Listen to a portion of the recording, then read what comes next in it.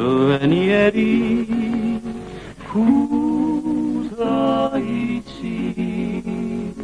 თვის სამოთხის წადარია თვალს მოგდაცებს სილამაზით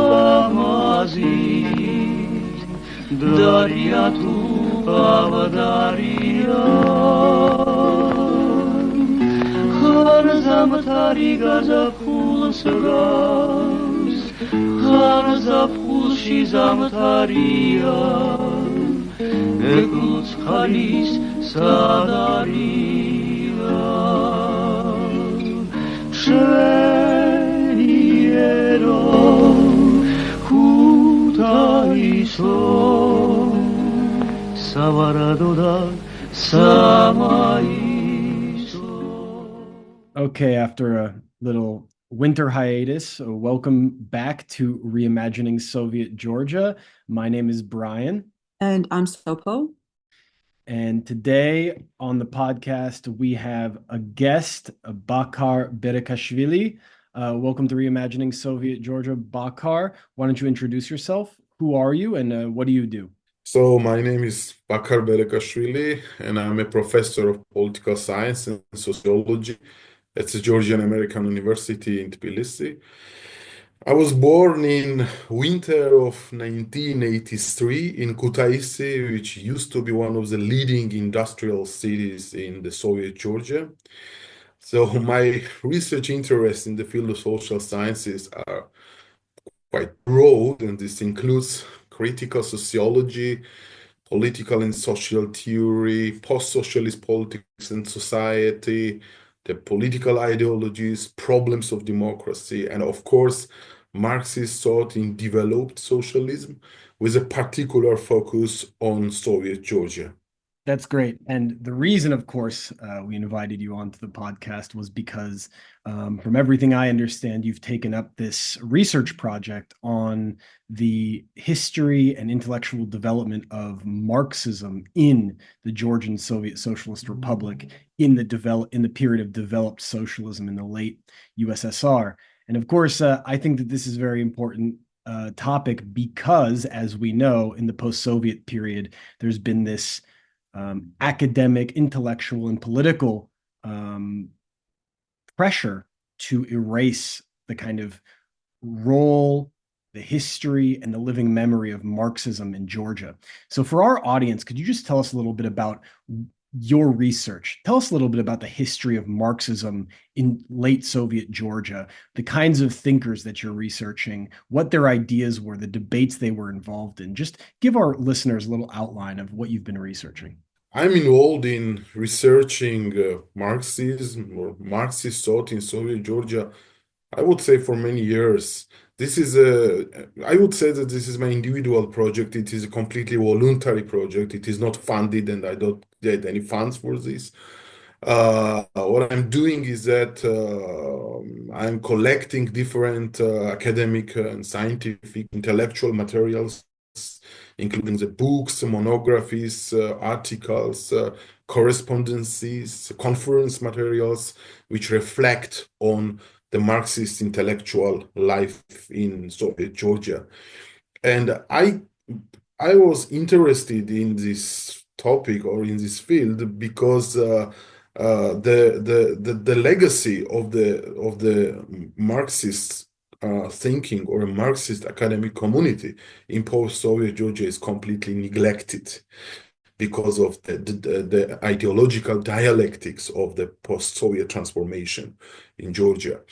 And sometimes I very frequently I call these Soviet Georgian Marxist authors, I call them as the authors of forgotten pantheon of the authors who are not anymore popular in Georgia, even though once upon a time they've been quite influential professors and scholars, not only in Georgia, in Soviet Georgia, but in entire Soviet Union. And moreover, many of them also were quite highly respected also intellectuals and scholars even in Western academia, especially the philosophers, the Soviet Georgian philosophers. But of course, they were also involved in a discussion and in a philosophical or in a sociological debate with Western academia, including with the Western Marxists. So let's say my research on Marxism in Soviet Georgia is sort of let's say is not only just a research of the Marxist thought, but it is also an intellectual resistance against the dominant narratives which are influential in today's Georgia's cultural and academic life. And narrative is that only liberal or neoliberal theories are dominating Georgia's cultural and academic life. And I just want to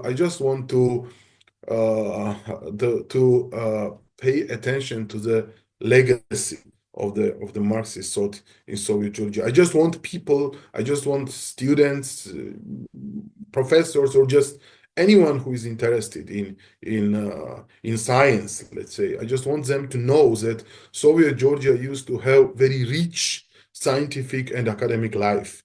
They had brilliant scholars and intellectuals, and who had very strong methodological and theoretical knowledge of Marxism. Very strong. I can give you just one example, that there was a quite famous Soviet Georgian philosopher. His name was Vladimir Shchenieradze. He graduated Tbilisi State University, but then he moved to Moscow, and then he continued his studies and his academic career in Moscow. He became the deputy director of the Institute of Philosophy of the Soviet Academy of Sciences. Also in 1970s, for several years, he worked as a director of the social science department of UNESCO in Paris. And Vladimir Shchenieradze, in 1970s, he was invited in Boston, in the United States, by the philosophy professor whose surname was Edelman. And in the notes which Edelman wrote in 1970s, he underlined that he invited Vladimir Shchenieradze in the United States because he wanted a Marxist philosopher to teach to students what is a Marxism, what is the theoretical and methodological aspects of the Marxism. And Professor Edelman underlines that he was amazed and impressed with the knowledge of Vladimir Shchenieradze, which was quite unknown for American students, because the perspectives on Marxism given from Soviet philosopher and sociologists was different from the Marxist way of thinking that was dominating American and Western academia back in 1970s. Soviet Georgian Marxists used to have a quite strong intellectual background, and what is important, what we need to also emphasize, is that when we are thinking and talking about Marxism in Soviet Georgia, we need to think also about periodization of the development of Marxist thought. And usually I divide this into two periods, like pre-war period and post-war period. And the pre-war period, I mean the 1920s, when after Georgia became part of the Soviet Union in 1920s, the Marxist teaching and Marxist social and political thinking became important, let's say, trajectory of the academic community. And young scholars, young Marxist scholars appeared at Tbilisi State University.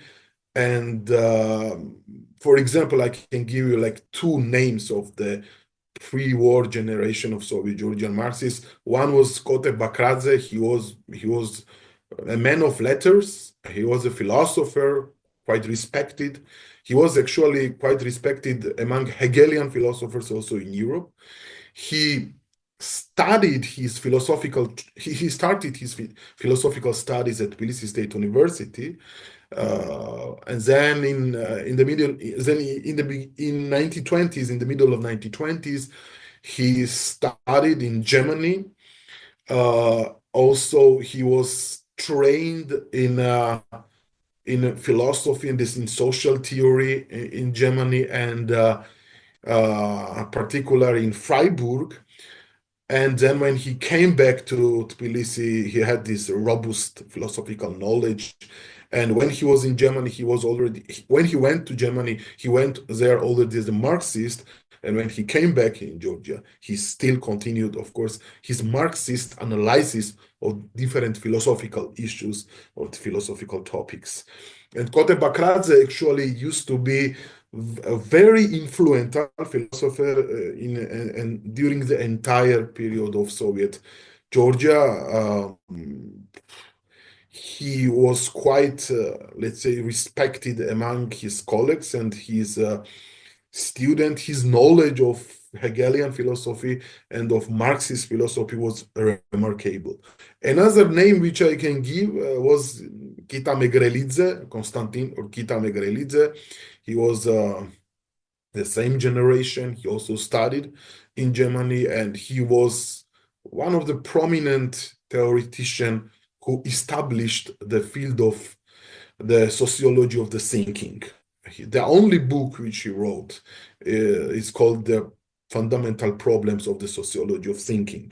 One thing I'm curious about is that you've mentioned a couple of names of the Soviet Georgian Marxists, and I'm curious, in the context of the Soviet Union, did Georgian Marxism, Soviet Marxism, have any unique and specific characteristics that differentiated it from, say, Marxists in Leningrad, Moscow, or Marxists in Kiev, or Marxists in other parts of the Soviet Union? Were there specific schools of thought that developed in Soviet Georgia, either in the pre-war or the post-war period, that kind of set it apart, either in positive ways or in other ways? I mean, how was it different, or how did it kind of fit within Soviet Marxism more generally? Of course, we cannot say that Soviet Marxism the Marxist thought in Soviet Georgia was fundamentally different, or the trajectories of the Marxist thought in Soviet Georgia was fundamentally different.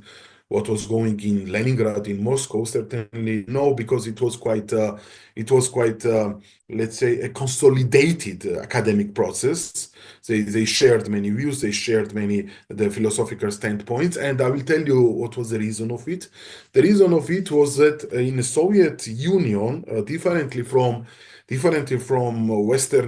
Western Europe, or differently from Western Marxism, let's say, the academic and political perception of Marxism had three principal directions. The first was scientific communism, which was based on three fundamental principles of the communist transformation of society, socialist revolution, and the private property, the end of private property, and dictatorship of proletariat. And scientific communism was very important methodological aspect in the works of the Soviet Marxists. The second principal direction was the political economy. According to the Soviet handbook of political economy, in Soviet Union, political economy was understood as a category that belongs to social sciences. It studies the laws of the social production and distribution of the material wealth at the various stages of development of human society. So, and the third principal direction was dialectical and historical materialism, which of course meant a materialistic conception of history that was presented in the works of Marx and Engels. And the historical materialism meant, of course, the study of society and its history. And so these principal directions importantly determined the trajectories of the Marxist thought in Soviet Union, and the Marxist cycles shared these views. But of course, there were certain polemics and certain intellectual debates on different topics related with particular aspects of philosophical, sociological, or economic thinking. But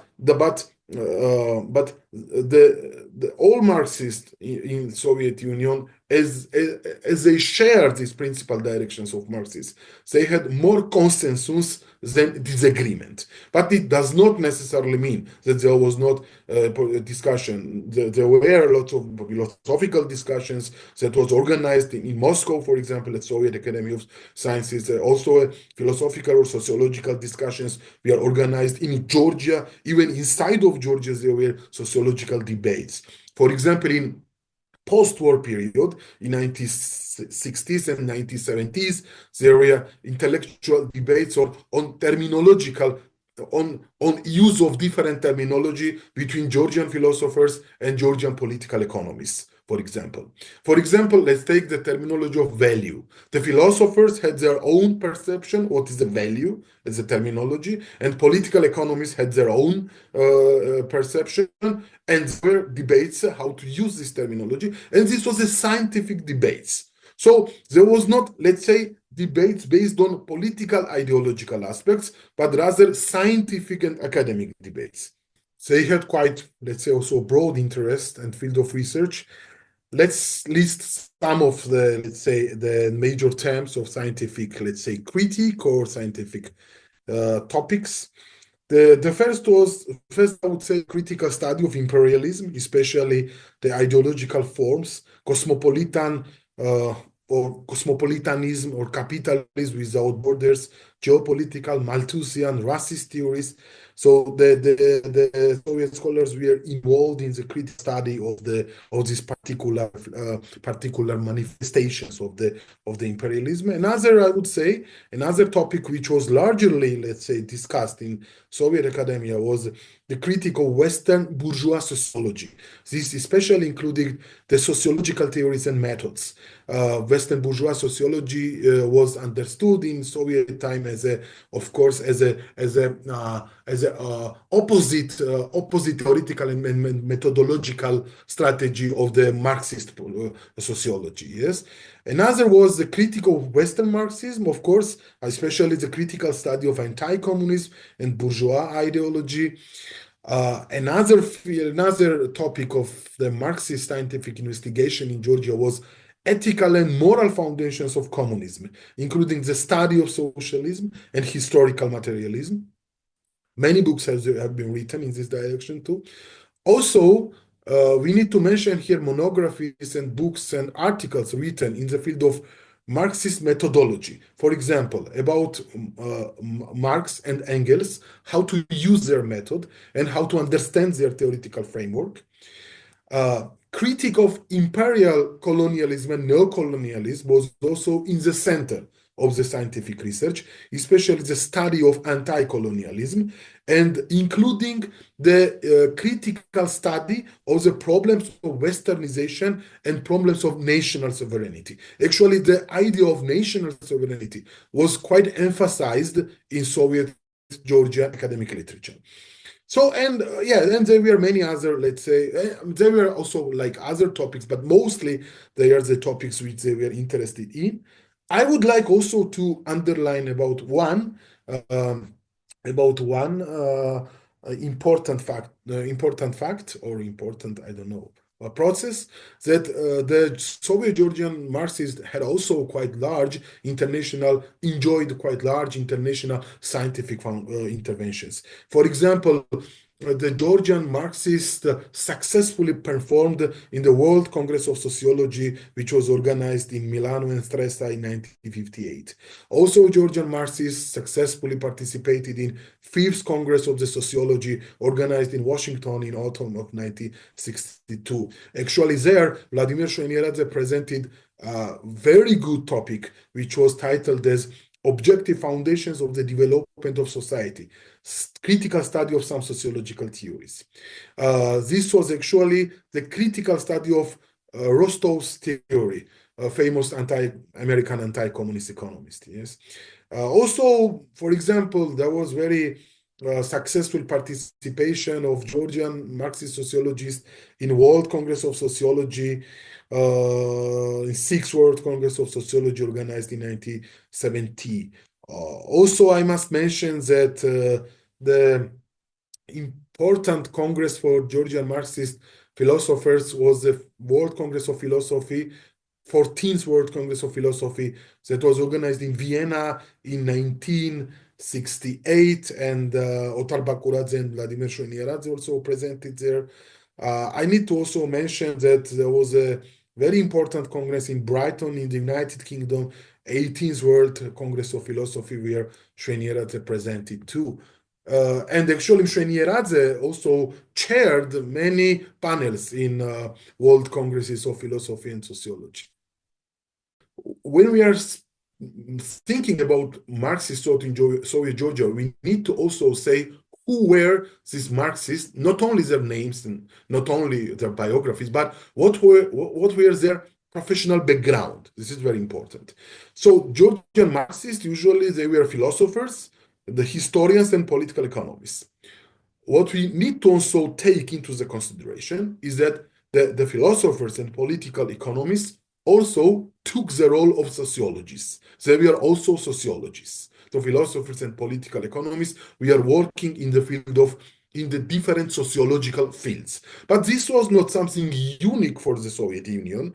The same, for example, during pre-war or post-war period in Western Europe, same traditions occurred. The philosophers and political economists at the same time reflected as a sociologist. And because the sociology is a relatively new field which was professionalized or institutionalized later, both in Soviet Union and in Western Europe. Yes, for example, let's take Max Weber, who is considered to be one of the fathers of the sociology. Yes, he was trained as a lawyer and then as an economist. Yes, or let's take Karl Marx, who was also father of sociology. He was broadly trained in the social sciences, generally speaking. Yes.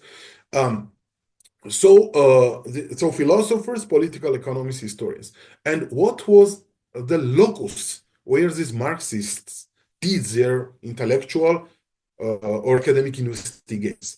There were several institutions, and I can list some of them. The first was, of course, Tbilisi State University. Both in pre-war and post-war period, Tbilisi State University was the leading locus of the Marxist intellectuals in Georgia, and particularly the Faculty of Philosophy, also history, but not only, also Department of Political Science, Political Economy.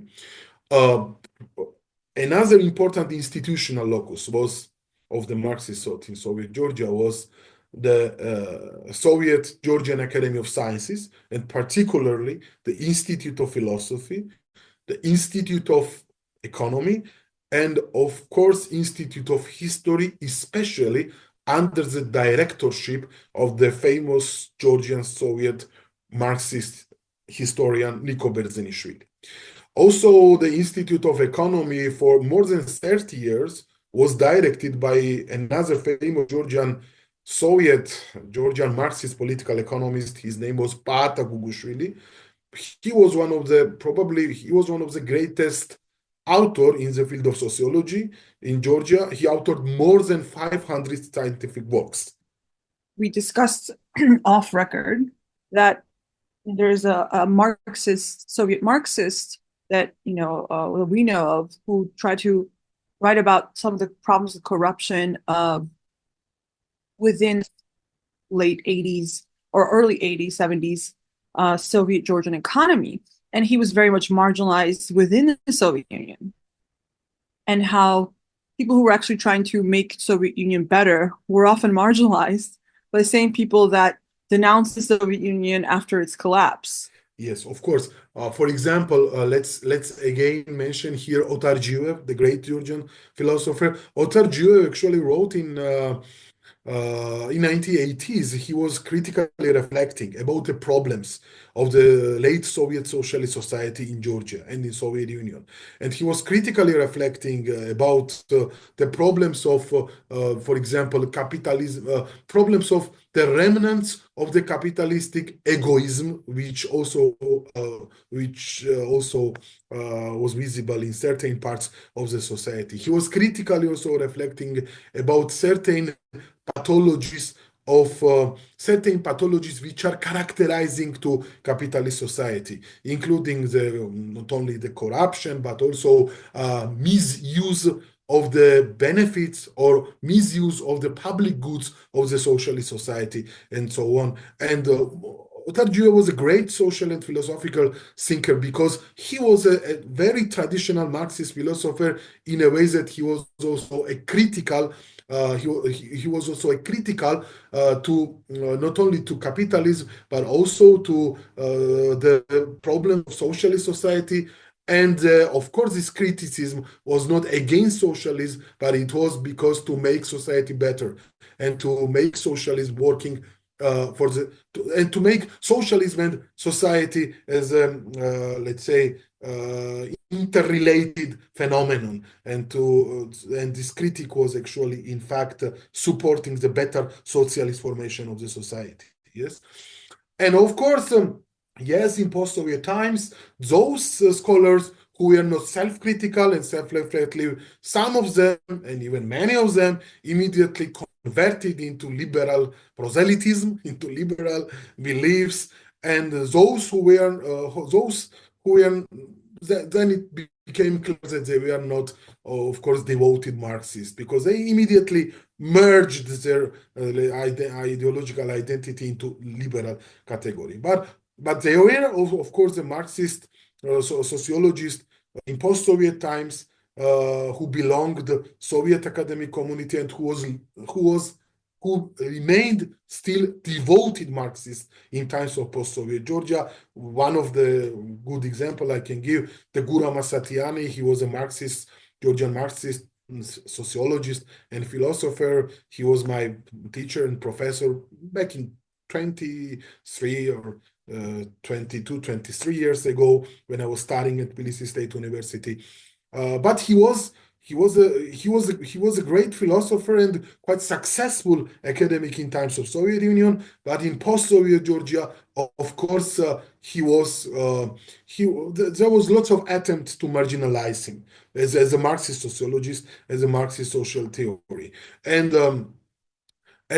he was not only let's say he was not only upset of his former colleagues who rejected Marxism, but also he was let's say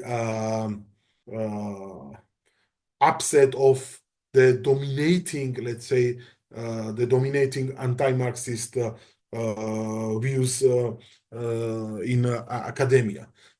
And what I need to mention is also that he was very educated and very, let's say, bright-minded intellectual, and which was very rare already in 2000s.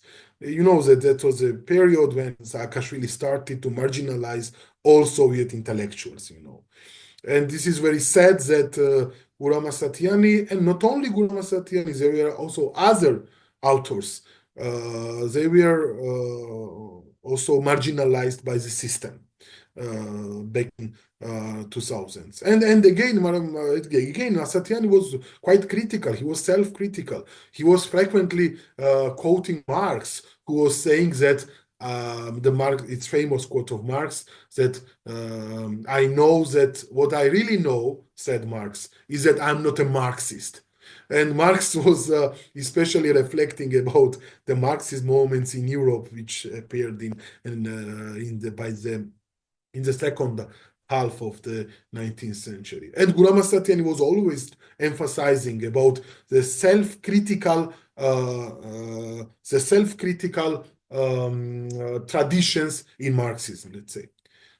Yeah, absolutely. I think this is so important. And I hope that this podcast and also our series that we're going to dedicate to each single sort of selected Soviet Georgian Marxists will be useful for not only to promote Soviet Georgian political economists and Marxists, but also for others who will learn so much from reading them or knowing more about them, and our listeners, our audience. Thank you so much for this. I think it's really important that we have an understanding of what are some of the fields of research and the way they go about it. Because one thing that's really interesting for me is I was thinking how when I first came back to Georgia 10 years ago, a lot of the older political economists or professors, communists, the remaining communists, were very much sort of stuck in a time capsule. They had ideas that haven't been updated for a long time. They had not interacted with the world today. And then I realized that that's on purpose. Of course, that they're not going to have the most, relevant ideas or being able to put it in language that other people would understand today, because they have been forced to not have engaged at all in theory or applying Marxist methodology for 40 years, 30 to 40 years, including the late 80s, So when you take something, take people out of their field, defund them, fire them from their universities, take away all the resources where they can do research and think, of course, they're going to have a bit of outdated ideas, And I think that's also very important for the ones who are still living and, have been heavily marginalized. A lot of them left academia, work somewhere else to survive, and so on. Another reason I think it's important to talk about these like Georgian Marxist thinkers and Georgian Marxist historians and academics is because in the historiography in English today, you tend to not have any kind of deep engagement at all with the complexity, the depth, and the diversity of intellectual thought in Soviet Georgia. And I was thinking a lot about how there's been a lot of ink spilled and a lot of attention paid to certain debates in as much as they are functionally able to critique the USSR. So for example, the Ingorokva debate about the origins of the Abkhaz tends to be talked about in English a lot by a number of different scholars in Europe, North America, and even Georgians too, who are trying to say that the roots of Georgian nationalism or Georgian chauvinism or something could be sourced in the Soviet period. But very often what gets less emphasized is that there was a lot of debate at the time about the merits of certain arguments about, say, the ethnogenesis of, say, the Abkhaz, or ethnogenetic arguments being made about different nationalities, and that different Soviet scholars were actually debating how you talk about the origins of nations, right, and make it fit within and have it be informed by Marxism, right, and not become some kind of like hyper ideological nationalism. So it's why it's very important to have a deeper discussion about the range of thinking, the debates that were happening, the relevance and influence of Marxism on intellectual development in Soviet Georgia, so that those kinds of debates can be reclaimed, that openness within a Marxist kind of framework can be reclaimed, instead of just instrumentally used in order to critique and erase the Soviet intellectual history in Georgia. You've talked about how there were Georgian Soviet Georgian Marxist academics who were broadly recognized in the USSR, all Soviet institutions. You have Soviet Georgian Marxists who were interacting with Western scholars, bringing a different type of Marxism. I'm curious, though, also, you mentioned how there were debates internally in Georgia on some of these questions. And I'm curious, like, did Tbilisi, Kutaisi, and Batumi have like different schools of thought? Were there different kind of like Marxist circles or thinkers who were established in different parts of Soviet Georgia having kind of debates? And if so, can you give us a little outline of kind of like internal Soviet Georgian intellectual Marxist academic debates, who had like maybe they were established in universities in different places in Soviet Georgia? Yeah, okay, that's actually quite a nice question. There were many universities in Soviet Georgia who had also quite, I would not say that as strong as Tbilisi State University or Soviet Academy of Sciences, but they also had very interesting and inspiring and insightful departments of the historical materialism or department of political economy, and they had their own small cycles of the Marxists. For example, the universities that back in Soviet time, they were not called as universities. In Batumi and Kutaisi, they were called as pedagogical institutes. Currently, they are called as Kutaisi State University and Batumi State University, but in Soviet times, they were titled as pedagogical institutes. Both Kutaisi and Batumi pedagogical institutes, also the institute in Telavi, uh, they uh, had they had very interesting scholars who had also quite broad uh, knowledge of the Marxism and who were also educated. Most of them were educated in Tbilisi and they were sent in these small towns to build local departments there and to strengthen the academic life.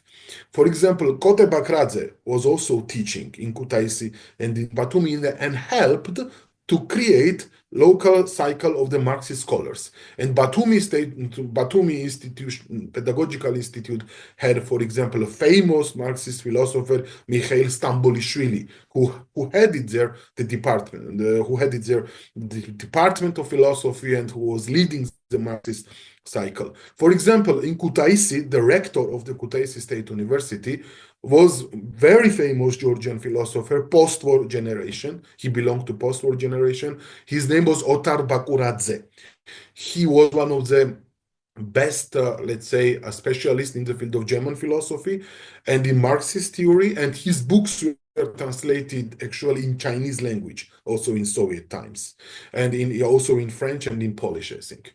And Otar Bakuradze was a rector of the Kutaisi Pedagogical Institute, and he did a lot to develop a local scientific life and academic life. So there was a quite, let's say, I would say that the Marxist community in Tbilisi and Marxist communities in different towns of university towns of Georgia were interconnected and interrelated. And they, of course, they frequently organize joint seminars and joint meetings where they exchanged their, let's say, where they exchange their intellectual reflections. But what we need to also know is that there were, as I say, there were discussions, but they were not hostile to each other because they were the students and professors.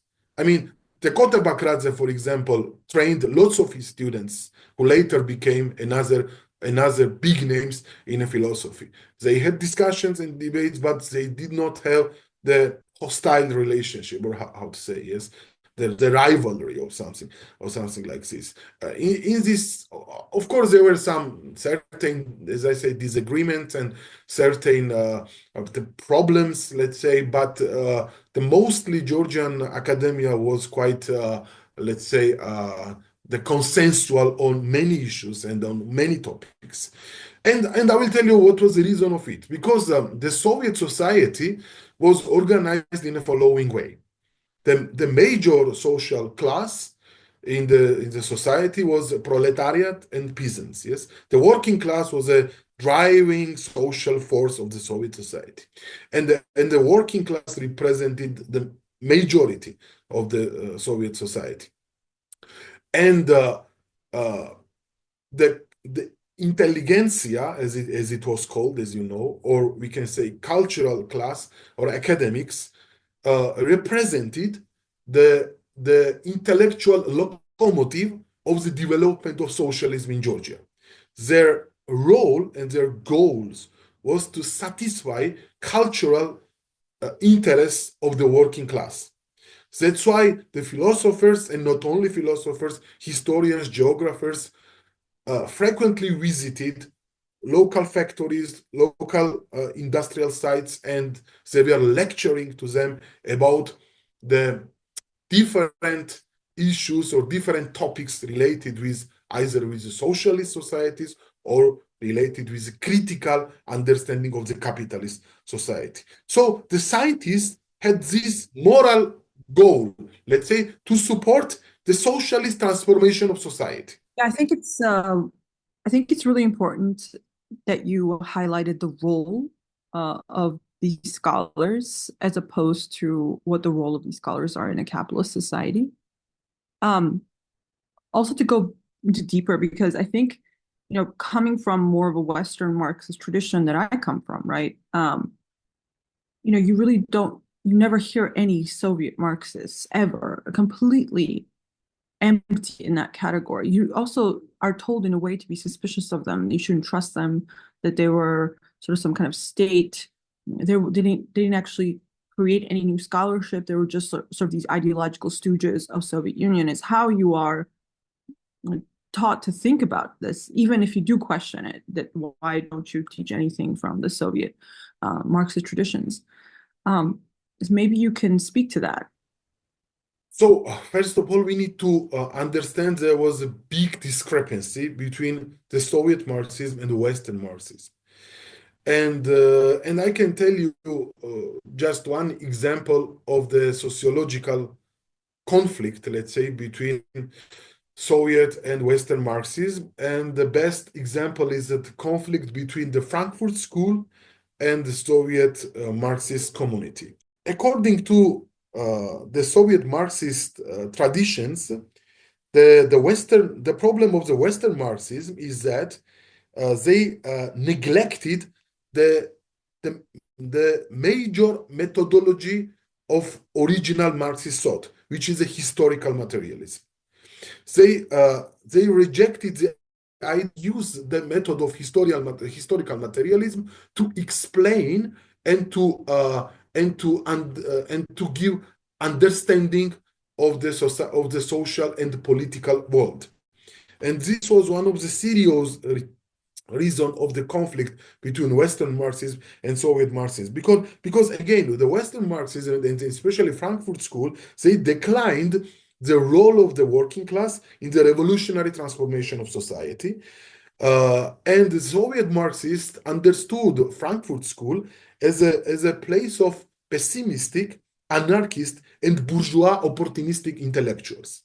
In some Soviet Georgian academic sources, for example, the Frankfurt School intellectuals are also described as the anti-communist cycle of melancholic intellectuals. They are criticizing the Western societies, they criticize like capitalism, but they never question the fundamental problems of the West or fundamental problems of the capitalism. And what is important, they never use original Marxist methods to change particular social order or to be aspired for this changing, let's say. Yes, in times of Cold War, as Western Marxism rejected the idea of the historical materialism or scientific communism or political economy, as they rejected these theoretical and methodological works, and and Marxist thought in post-war West was transformed into cultural critique of society. Presently and incorrectly, Marxism is understood only as a Western model of the Marxism, which is quite wrong understanding of the Marxism. Because again, the Western Marxism was hostile with the Soviet socialist Marxism, which was a dogmatic and which was based on very original Marxist thinking. That's why the Soviet Marxists were in conflict with the Frankfurt School, because they considered Frankfurt School just as a part of the cultural apparatus of Western bourgeois imperialism, just the other side of the apparatus, let's say. And since then we have this, even in post-Soviet Georgia, there is a wrong perception what is Marxism and what is socialism, and very wrong perception. And this wrong perception is rooted from the Westernization of the Marxism. I think it's very important for everybody to understand that there is this difference between, say, the role of the Soviet Marxists, the role of the, initially Bolshevik historians, Bolshevik sociologists, and then later the Soviet ones, who are trying to build a socialist society, versus, as you say, the kind of defeatist Marxism in the West that comes at the problems sort of in a for a very different way and very different reasons, right? From a kind of position of defeat. But now is a good time then, I guess, to bring up thinking about all of the things you've been talking about in relation like Soviet Georgian Marxism. Let's think about it in relation to today, academia in Georgia today, Marxism in Georgia today. How do you kind of think about the differences, and what are the important differences, I would say probably overall in a negative way, between sort of like academic life and Marxism in the Soviet period versus post-Soviet Georgia's kind of like anti-communist hegemony, ideological war on Marxism, ideological war on the Soviet past, and how Marxism has struggled to develop in these conditions. The poverty of the Marxist thinking in post-Soviet of Marxist thinking in post-Soviet Georgia is conditioned by two major reasons. The first is the anti-communist sentiments which are dominating the academic and cultural life. The anti-communist sentiments marginalized the idea of the Marxism. And secondly is a poor academic and scientific life of Georgia. Differently from Soviet times, when there were very strong scientific institutions and strong scientific communities, we don't have anymore the strong and rich scientific life. And this also marginalized the Marxist ideas. But look, the problem is that in times of post-Soviet transformation in Georgia, we also witnessed the revival of the Western neocolonial project.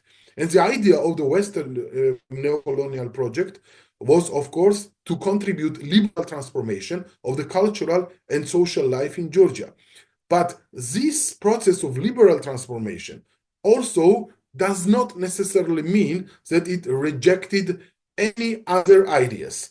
So, for example, recently, the Western Marxism became also part of this ideological process of liberal transformation, but the Marxism in the process of liberal formation of Georgian society is allowed as long as it is not anti-Soviet and anti-communist. So only the Marxist discourses which are critical to Soviet Union and to original communist principles are, let's say, taken as the only Marxist categorical thinking.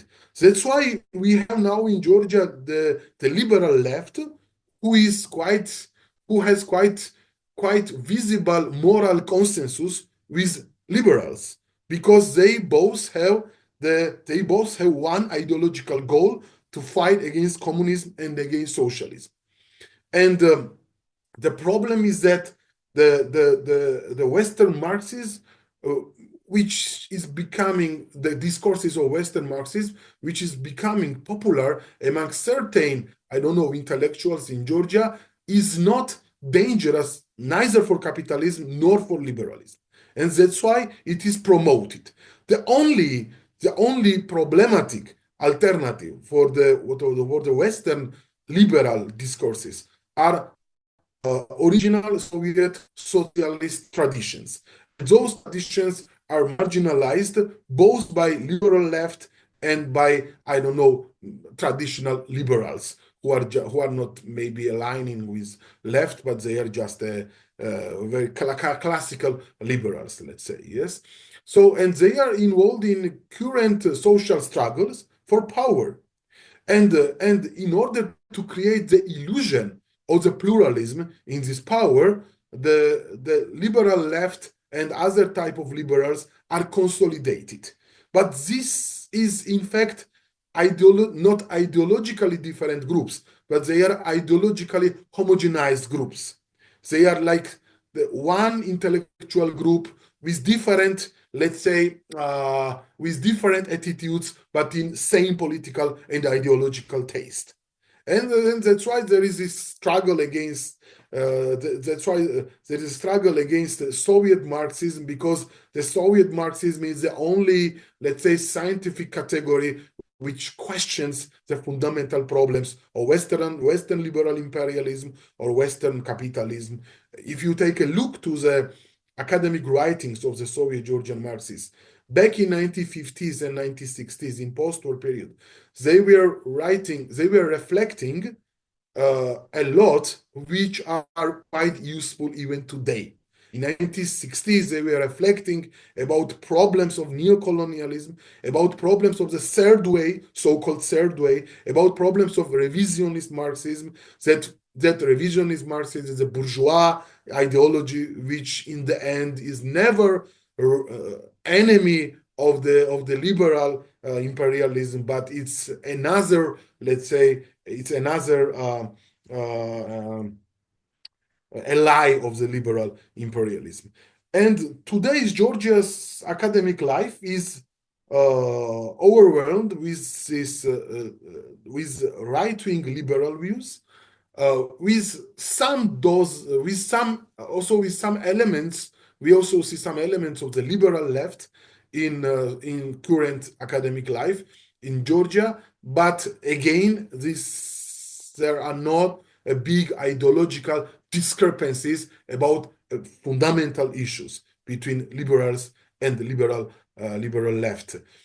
So I think that it's very easy sometimes to identify the problems of Marxism, because those who are anti-communist and who are legitimizing past of the Soviet Union, in my understanding, as I follow the traditional Soviet understanding of Marxism, they are not any Marxists, but they are just the liberal cultural class who are struggling against the Marxist understanding of politics, society, culture, economy, and so on. Besides the fact that there was only certain kind of Marxism allowed in the West actively, it's also, I think, this discomfort, like this Western Marxists were uncomfortable with actually gaining state power because they were so far from it that any Marxist that came from within a state framework,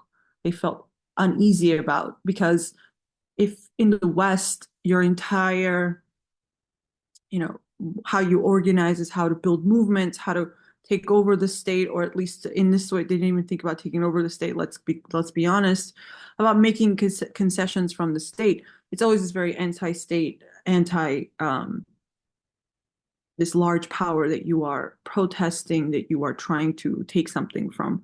So it would be difficult to think, if you were actually in power, what that would look like, and what would scholarship and further developing Marxism within actually attaining state power would look like.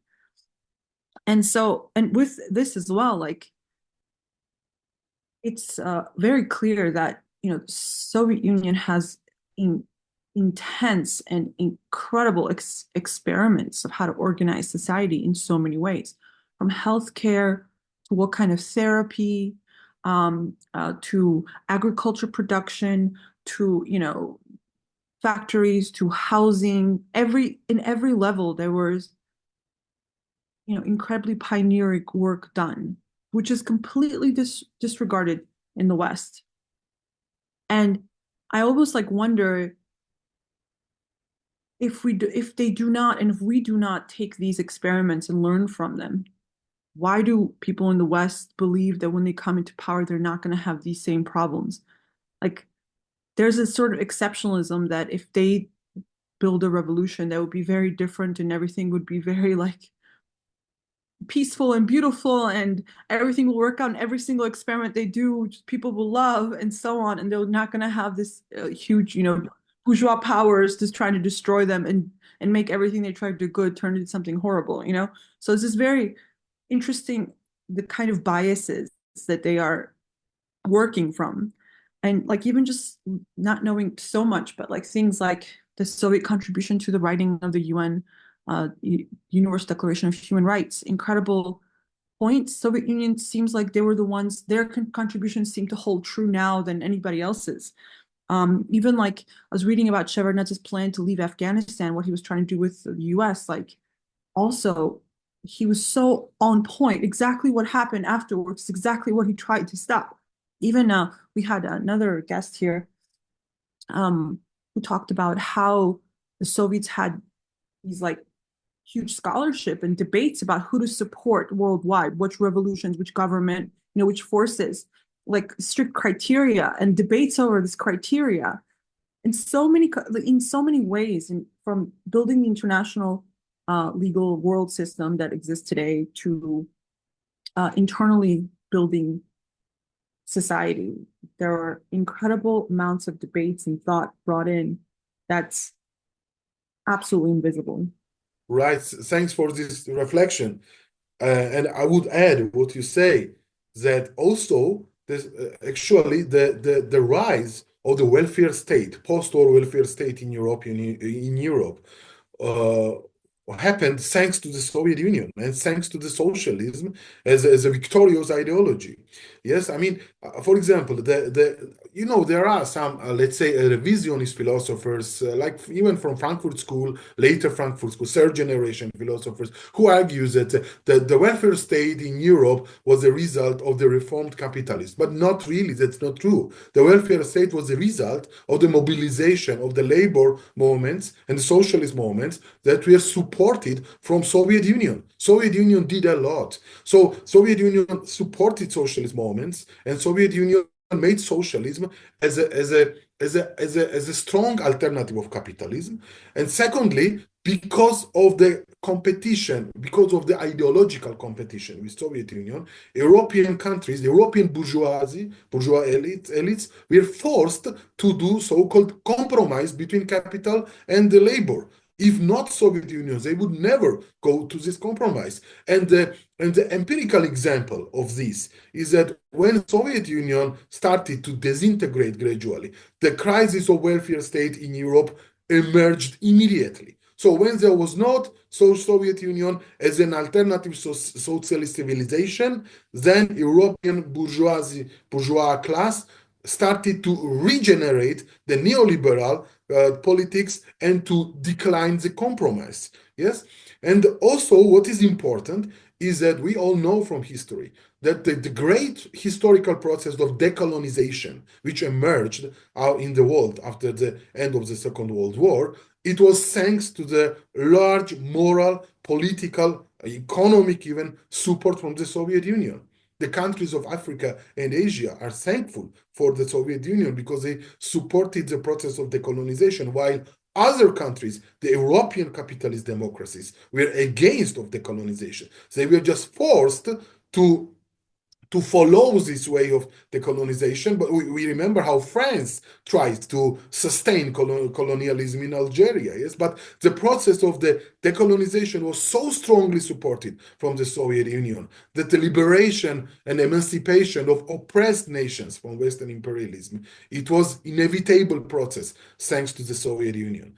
And of course, there were lots of, what you mentioned, this is very important, about, I don't know, welfare institutions or welfare politics, which Soviet Union organized, the universal housing and many other the reforms. But we also need to know that the Soviet Union played the big role in historical transformation of the many societies, of the many nations who became dependent and sovereign after the process of decolonization. And unfortunately, this is all supposedly neglected in post-Soviet Georgia's cultural and political life. It is purposely neglected because if you emphasize the historical role of Soviet Union in progressive transformation of the world, then you need to critically reflect about regressive role of Western liberal imperialism. And this is not in correspondence with ideological dialects of post-Soviet Georgia. The ideological dialectics of post-Soviet Georgia is based on Western megalomania, and Western megalomania is pushing the academics and politicians to struggle against Soviet Union, against the phantoms of the Soviet Union. But again, the Soviet Union left so big legacy, including the scientific legacy, that it is, in the end, it is impossible to neglect it. We see the rising nostalgia to Soviet Union in Georgia, yes? And we see in many Eastern European countries. And there are two understanding of the sources of nostalgia. One is unscientific, purely ideological, and second one is scientific understanding. Unscientific and ideological understanding of the source of Soviet nostalgia in Georgia and in other countries of post-Soviet Union is based on the mythology of so-called Russian propaganda, that there is a Russian propaganda, and that's why there is the Soviet nostalgia. This is wrong. It is absolutely anti-historical and anti-scientific. But scientific explanation, because there are many sociological and anthropological studies which proves this, is that the source of the nostalgia of the communism in Georgia is in disillusionment, disenchantment, or the disappointment of capitalism. Not only in Georgia, but in many other Eastern European countries. Because people reflect on socialist past and people reflect on post-socialist present. And they see the social or dramatic human experiences of post-Soviet transformation. And the source of the nostalgia is related with the pathologies of neoliberal capitalism and not related with any Russian propaganda. It's a result of the disenchantment from capitalism. Yes. And so, yeah, I mean, but again, what I'm trying to say is that even though there is the struggle from different ideological camps against the Soviet Union, the political legacy and socioeconomic legacy is so strong that it is important to forget the goods or the progressive, let's say, or the progressive politics which once Soviet Union created. And same is when I'm talking about my own academic research about Marxism in Soviet Georgia. When I reflect about today's problems in political and social and economic life of post-Soviet Georgia, I'm frequently thinking that it is so much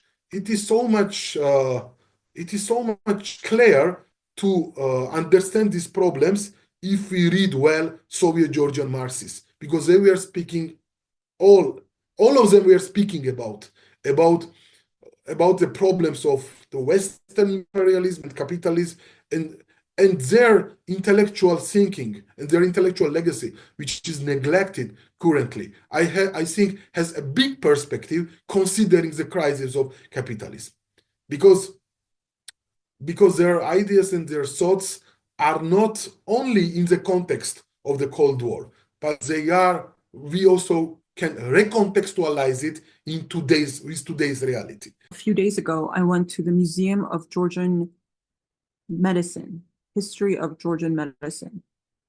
And it was 2 rooms. And it starts off with this three Germans, one like pseudoscience about the Caucasian race being called because of the pretty skulls, which was ridiculous.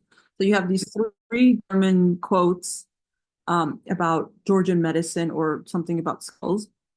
And then you have, the prehistoric stuff and medicine, and then slowly the Christian church also, because the hospitals do start in monasteries and so on. And then second floor is supposed to be the more modern.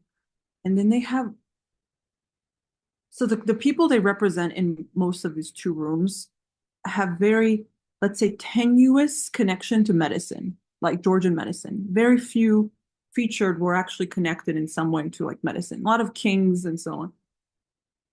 And then I'm looking for Soviet medicine, the most important groundbreaking stuff that happened for 70 years, completely absent. You just have photos, portraits of all the people that make contributions during the Soviet Union to medicine, doctors and researchers. Just have rows of photos, portraits, and so 1 page of different institutions being created. And then they had another one that said about hospitals being built, and it ends at like 1908 or something, which if you know how many more hospitals were built or any clinics would be, absolutely enormous, from the Soviet era. And I'm like, so you have this history of Soviet medicine, and you have this people who are very vaguely connected to medicine. You spent time dedicating entire walls and they just completely removed Soviet medicine. And I got really angry. I yelled at like the people that working there. Well, I didn't yell at them, but I said, this is preposterous, you know? And they were just like, no, didn't you see all the portraits? I'm like, you didn't even explain what the portraits mean. What does that even mean that you have just portraits of people without any explanation? And it's like every single museum in Georgia is a Soviet occupation museum now. Like even if it's like Soviet medicine or whatever, it's completely rewritten. It's revisionist. It's embarrassing. You start off with a German guy, like, are you ridiculous? Some pseudoscientist commentary or whatever. Then you completely, have a void. You erase Soviet medicine. And so then there's no way for anyone to learn anything now, right? Like every single place you go, there is such a concerted blackout. And I don't even know who's funding this museum, or it's just the government decided, or who curated this, because I actually would like to write there and tell them this is a horrible museum. But this is how, like, even in not even just Soviet, Marxists, but Soviet doctors, researchers, everyone is erased, or their portrait without decontextualized, with explaining who these people are, what contribution, how even the Soviet Union made possible for them to even contribute, because if they didn't exist, they would not exist without it. But just, I don't know, like it's a very bleak picture how much everything's erased even here, knowing nothing about Soviet Union, besides that there was a guy named Stalin and he killed people, which is literally what everybody would say at the protests if I went outside and asked them. Right. Yes, because as I say, like now a couple of minutes ago, this is the result of the legitimizing the Soviet legacy knowingly in order to form the ideological hegemony and cultural hegemony. I mean, we see that the Soviet Union is today let's say, I mean, the insulting Soviet Union became more and more the popular in Georgia's cultural and economic life, and this is because this is a reaction of the crisis of liberalism in Georgia. Today we witness in Georgia both crisis and hegemony of the liberal West, and this let's say the growing the tensions of the struggle against Soviet Union and against Soviet legacy is a reaction. It's a reaction of the liberal crisis, and you know that not only actually the struggle against Soviet legacy consolidates not only liberal cultural elites but also financial elites, and also a sort of civil society elites. I mean, let's take an example of the very famous literary prize, which is called Saba, and which was funded by Tbilisi Bank back in 2002. And do you know that recently, like a couple of years ago, the new nomination was added to Saba, which is called the reflection of Soviet and post-Soviet history in Georgian literature. And this nomination was established jointly by the Transparency International Georgia and TBC Bank. And it is promoted by Western diplomatic powers in Georgia. In 2021 or 22 and 23, the prize was given to the winners by French ambassador, by Lithuanian ambassador, by European Union ambassador, and the winners are those who are just saying the radical, and who are just saying a vulgar and radical sentiments against the Soviet Union. Only the prizes are promoted. But you know, it is not also something unique for Georgia. We know that the banks are not only financial institutions, but they are also a powerful locomotive of the cultural hegemony. Let's recall in history how Nobel Prize in Economics was established. It was established by the end of 1960s by the Swedish and the Central Bank of Sweden to promote the neoliberal ideas of Milton Friedman, of Friedrich Hayek, and so on and so forth. And since then, for many years, the price is controlled by the Swedish bank. And same, we can also make some parallels with Georgia, that how the financial institutions are involved in the struggle against the Soviet Union, because it is in their ideological goals. Yes, the banks never wish here to be popular any socialism, and that's why they are involved in this struggle. But again, I think that there are so big discrepancies between the elites and ordinary citizens of Georgia about attitudes about Soviet Union, that I think that finally the elites are powerless to struggle against the attitudes of ordinary citizens who are remembering the Soviet Union as a welfare as a socialist state which created the best welfare institutions. And even if we consider, if we observe, if we closely inspect today's vulgar critical attitudes about Soviet Union, only elites are condemning it, and not working class.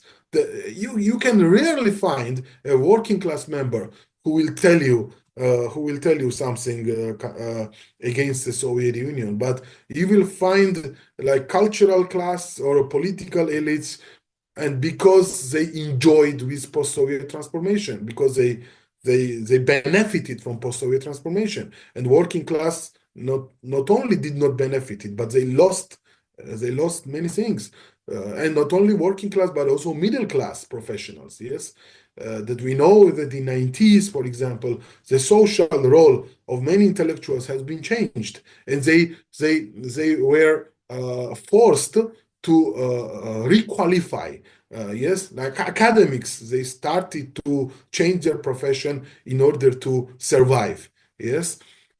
And you know what I'm also sometimes thinking about? I mean, you know that it is very popular when people are criticizing Soviet Union, especially intellectuals. They say that even Russian intellectuals, and also in Georgia, you know that the Soviet Union was a country and it was a society where you had to learn how to survive. You had to learn how to be, how to fit with the system in order to survive the repressions and in order to survive life. But come on, the same is and more is when we are speaking about capitalist society. You need to know so many survival strategies to survive in capitalist societies, and to survive not only economically but to survive also politically, because as much as crisis of the liberal West is strengthening, the more ideological supervision over intellectual thinking is visible. So we also need, in liberal capitalism, to survive. We also need to think about strategies of the survival, and and you need to think more than you had to think during the Soviet time, because again, when the Soviet Union was in the process of formation, there was a very big social legitimacy for the communist class to reform, to transform the society, because you know one of the probably the best Georgian Marxist sociologist and philosopher of post-war Georgia, his name was Otar Giluev. He was a professor of philosophy at Tbilisi State University, and he was also head of the historical materialism department of Academy of Sciences. The Otar Giluev's thoughts are very important, because his thinking is very important, because he was saying that 1920s, that was a period, that was a era when the old values are dismantling and new values are constructing. And this process was, of course, the process was characterized with certain political unrest and with certain political tensions, let's say. Yes, the people in 1920s, people had memory of oppressive system of imperialism, of oppressive system of bourgeois class, and they gave big legitimacy to the communist class to transform the society. But in post-Soviet Georgia, no one give legitimacy to liberals to transform society as they did it. We all know that neoliberal reforms, which was imposed by Saakashvili, was without popular consent. And the reforms were organized within the marginal absence of trade unions or labor movements. The reforms were organized within propagandistic narratives against socialism and against social responsibility of the state. So this is a big difference. When communists transformed Georgian society, they had the historical and social legitimacy. But when neoliberals in post-Soviet Georgia transformed Georgian society, it was an elitist transformation, and it was against the needs of the collective interests and of the society. Like you said something very important. You said, I do this as a hobby. I'm doing this because I'm interested. And we also, Brian and I also do this mostly as a hobby, we have a Patreon. And so why is there no funding for these things? Like, just there's awards, there's museums, there are institutes that write counter anti-communist histories all the time about the Soviet Union, about also currently they meddle in politics, often these kind of same institutes and people. So what is it that why do we not have funding, nor even state funding, right? The government has been very much anti-communist for as long as I have observed it, for over 10 years.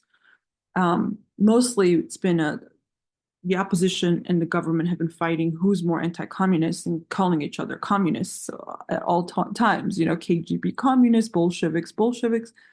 So what would it look like for, to write this history more in depth of Soviet Marxists, even having courses being taught about Soviet Marxists, being taken seriously, part of Georgian history as well, or even how Soviet medicine is completely erased, like I was just saying.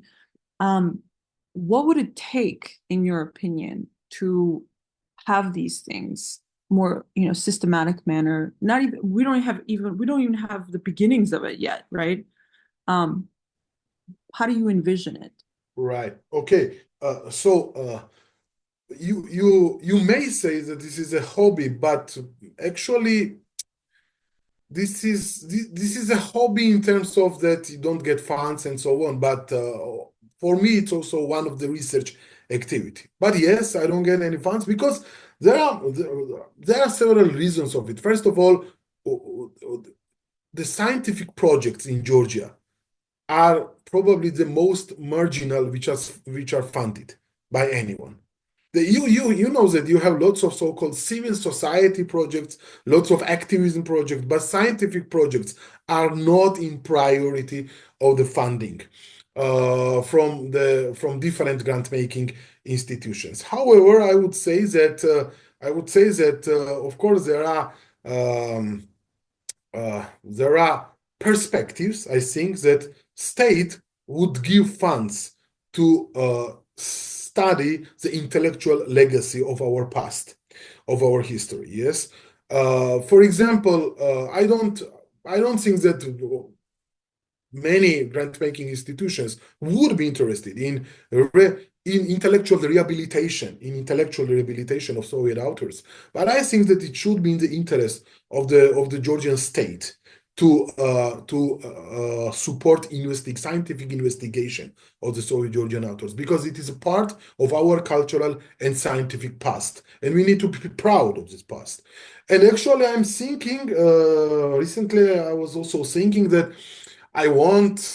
this is my plan for the future, that I want to collect these materials and to make, let's say, the collected writings, the selected writings of different Marxist authors, and to produce something like handbook of Marxism and ideology in Soviet Georgian tradition, or something like this. I want to produce a particular, let's say, book, a particular handbook as a document of the selected writings of the Soviet authors, because I think that the students and future generations of Georgia, they should know that Georgia used to have the brilliant academic scholars, and they can use their intellectual reflections, they can use their the scientific studies of those scholars, because they are even better than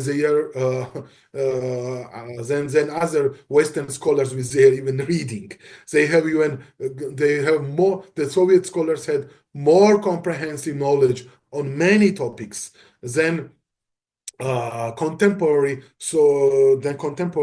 or current Western scholars who are not eager to look into comprehensive fundamental problems of our societies, of our world.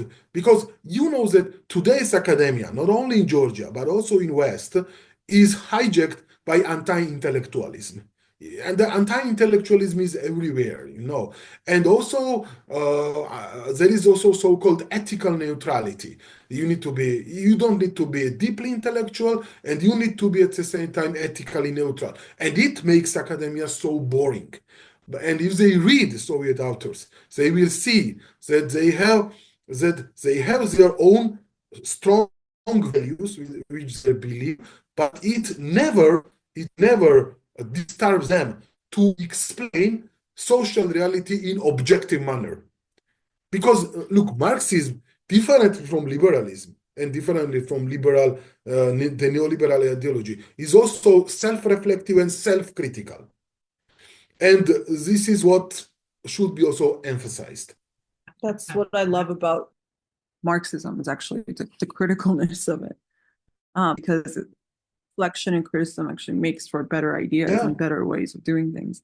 Yeah, absolutely. Because Marxism is a theory, yes, trying to explain the social reality. And it of course involves self-reflection and self-criticism. Yeah, I mean, maybe you could just end with, why for Georgia in 2025 is having a more open and honest discussion about the Soviet past and Soviet Marxism so important.